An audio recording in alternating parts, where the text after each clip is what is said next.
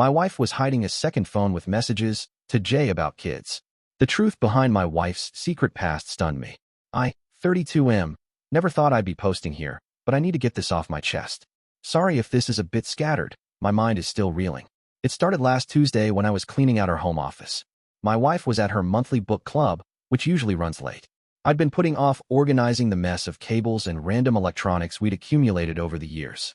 While sorting through a box of old chargers in the back of her desk drawer, my hand brushed against something hard wrapped in an old scarf. A phone. Not her regular iPhone that she carries everywhere, but an older model Samsung. One I'd never seen before. My stomach dropped. 6 years of marriage, and I'd never seen this device.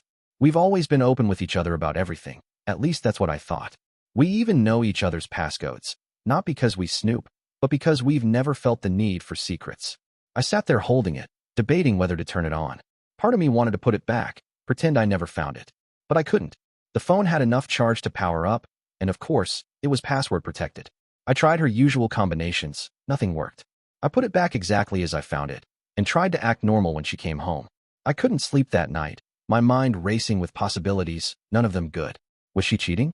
Having some kind of double life? Was our entire relationship built on lies? The next day, I called in sick to work. I couldn't focus anyway. I waited until she left for her job at the community center, then went straight for the phone. This time I brought a charger that fit. For hours, I tried every possible combination I could think of. Her birthday, my birthday, our anniversary, her childhood address. Nothing. By mid-afternoon, I was about to give up when I remembered the date we met. It had always been more significant to her than our wedding day. She'd once said that was the day her life really changed. The phone unlocked. My hands were shaking so badly I almost dropped it. There weren't many apps installed, just basics and messaging. I opened the text messages, bracing myself for what I might find. The most recent thread was with someone saved simply as J. The last message was from 3 days ago. Same time next week? The kids are asking about you. Kids? My heart was pounding so hard I could barely breathe. We don't have children. We'd been trying for 2 years with no success. I scrolled through their conversation history. No explicit messages, no romantic language. Just arrangements to meet, brief updates, and occasional references to the kids and someone called Mom. There were photos too, 3 young children at various ages, from toddlers to what looked like recent pictures of them as preteens. Children I'd never seen before. I checked other message threads. There were only 2 others, one with Mom and another with someone called Drive S. The messages with Mom were sparse, mostly check-ins and brief updates. The ones with the doctor were more cryptic, with appointments scheduled monthly and references to progress and keeping up with the regimen. What the hell had I uncovered? I put the phone down, my mind spinning. This wasn't an affair, at least not in the traditional sense. This was something else entirely. The secrecy, the hidden meetings, the mysterious children, the doctor's appointments. It felt like I was married to a stranger. I decided I needed to follow her. The next book club night was in 2 days. I'd never questioned these evenings before. They happened once a month, always ran late, and she'd come home tired but seemingly content. Now everything was suspect. Those 2 days were torture. I tried to act normal, but she noticed something was off. "Are you feeling all right?" she asked that morning. "You seem distant." I blamed it on work stress. She looked at me for a beat too long, then kissed my cheek and said she hoped I'd feel better soon. When Thursday came, I told her I was meeting some colleagues after work. Instead, I parked my car a block from our house and waited. At 6:30, right on schedule, she left the house dressed casually in jeans and a sweater, nothing that would suggest anything inappropriate. I followed her at a safe distance. She didn't drive to the library where her book club supposedly met. Instead, she headed to the other side of town, eventually pulling into the parking lot of a community center I'd never been to. I parked across the street and watched as she grabbed a tote bag from her trunk and headed inside. Through the large windows, I could see a gathering of about 15 people in what looked like a meeting room. I got out of my car and moved closer, hiding behind a tree with a clear view. That's when I saw them, the children from the photos. 3 of them, running up to my wife as she entered. She hugged each one, her face lighting up in a way I rarely saw at home. An older woman approached too, presumably Mom from the texts. They all sat in a circle with the others. Some were talking, others were emotional. It looked like a support group. I stayed for almost 2 hours, watching from outside, trying to make sense of what I was seeing. At one point, my wife stood up and addressed the group. Though I couldn't hear her words, I could see she was speaking passionately, and several people nodded in agreement or wiped away tears. When it looked like they were wrapping up, I rushed back to my car and drove home, arriving before her. I pretended to be watching TV when she came in. How was book club? I asked, trying to keep my voice steady. Good, she said with a small smile. We had a great discussion tonight. The lie hung in the air between us. I almost confronted her then, but held back. I needed to understand more before I accused her of anything. The next day, I took a different approach. I called in sick again and went to the community center in the daylight. The monthly calendar in the lobby listed various groups and meetings. I scanned it, looking for Thursday night's event. There it was, grief support, family loss, 7 p.m., room 3B. Grief support? Family loss. None of this made any sense. I found the administration office and made up a story about being interested in the Thursday night group. The receptionist gave me a sympathetic look and a brochure titled Supporting Each Other Through Family Tragedy. It's a wonderful group, she said. They've been meeting for years. Some people come and go, but there's a core group that's been together from the start.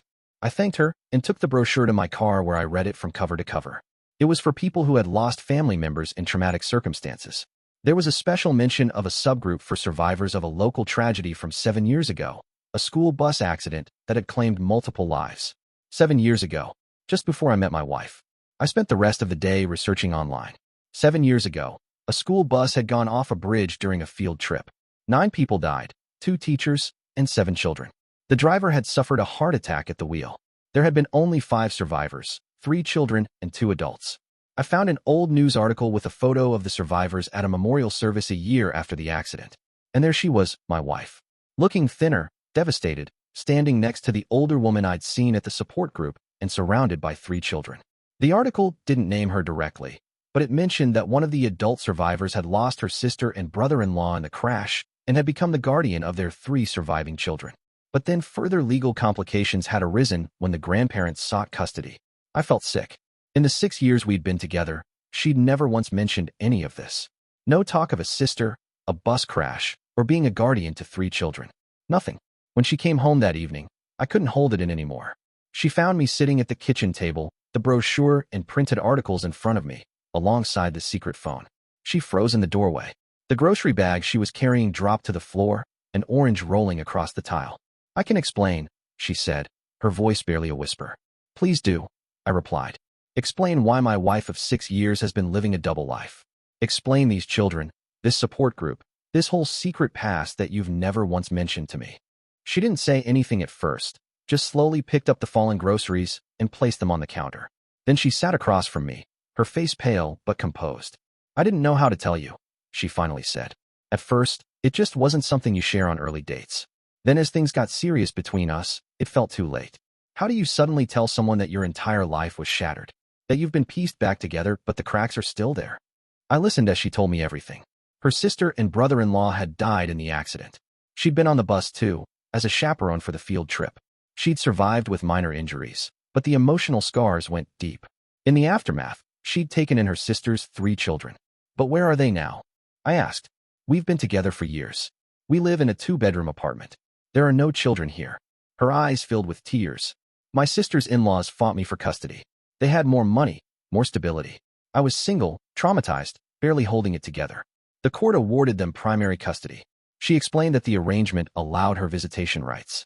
The support group was where she'd meet with the children once a month, along with her former mother-in-law who had softened over the years and now facilitated these meetings against the wishes of her husband. The phone was their idea, a way for us to stay in touch that their grandfather wouldn't know about. He blamed me for surviving when his son didn't. He thinks I'm a bad influence. But why keep this from me? For 6 years. At first, I was afraid you wouldn't want to date someone with so much baggage, she admitted. Then, as time went on, I was terrified you'd see me differently, that you'd realize how broken I still am. The compartmentalization became a way to cope. My life with you was separate from my past trauma. And the doctor? The appointments. She looked down. Therapy. I've been in therapy since the accident. The things I saw that day. The therapist helps me manage the PTSD. The PTSD you never told me about. I'm not proud of the secrecy, she said quietly. But when I'm with you, I can sometimes forget the pain. I can be normal. I needed that more than you can imagine. I sat back, trying to process everything. My wife, the woman I thought I knew completely, had been carrying this enormous weight alone for our entire relationship. The children, I said after a while. They're teenagers now. She nodded. 15, 13, and 11. They're good kids. They've been through so much. And you've been trying to be there for them all this time, without telling me. Yes. while we've been trying to have our own children. Her face crumpled at that. I know how much you want to be a father. I thought. I hoped. If we had our own child, I could find a way to bring it all together. To unite my two worlds. The pieces were falling into place. Her reluctance to pursue fertility treatments too aggressively. Her occasional unexplained sadness. The way she sometimes stared at children in parks with a look I could never quite interpret. Why didn't you trust me with this? I asked, and I could hear the hurt in my own voice. Did you think I wouldn't understand? That I wouldn't accept them? It wasn't about you, she said. It was about my failure. I failed them. I couldn't protect my sister. I couldn't keep her children. Every month, when I see how much they've grown without me being there daily, it kills me inside. It's my deepest shame, and I didn't want you to see that part of me. We talked through the night. She showed me more photos, told me stories about each child, explained the complicated legal situation that had left her with only these monthly visits. She described the panic attacks she still sometimes had, which she'd always explained away as migraines or stomach bugs. By morning, I felt like I was seeing my wife for the first time. The woman I loved was still there, but now I understood the shadows behind her eyes that I'd occasionally glimpsed but never truly comprehended. What happens now? She asked as the sun came up, her voice small and afraid. I didn't have a perfect answer. The deception hurt. The idea that she couldn't trust me with her pain hurt even more. But looking at her across the table, exhausted and vulnerable, I also felt something else, a profound sense that I was finally seeing her completely. Now, I said, taking her hand, we figure out how to bring your worlds together. I want to meet them, if you'll let me, if they want to. Really, the hope in her voice was palpable. They're part of you, an important part, and I married all of you, even the parts one didn't know existed yet. 2 weeks later, I went with her to the support group. I met the children, smart, resilient kids who looked at my wife with such love it made my heart ache. I met their grandmother, wary at first, but warming slightly when she saw how I supported my wife. It's been 3 months since I found that phone. Things aren't perfect. We're in couples therapy now, alongside her individual sessions. Trust is being rebuilt slowly. We're also consulting with a family lawyer about revisiting the custody arrangement, though we know it's a long shot. The secret phone isn't secret anymore. It sits on our kitchen counter, and sometimes I'm the one who answers when the kids call.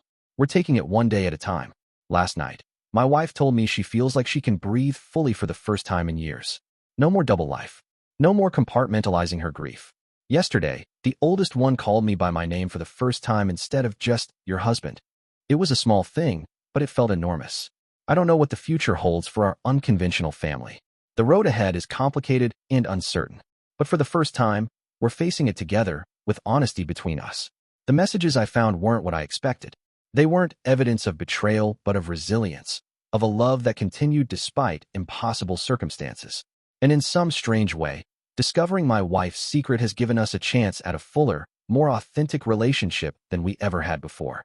Sometimes the truth, even when it hurts, is the only path forward.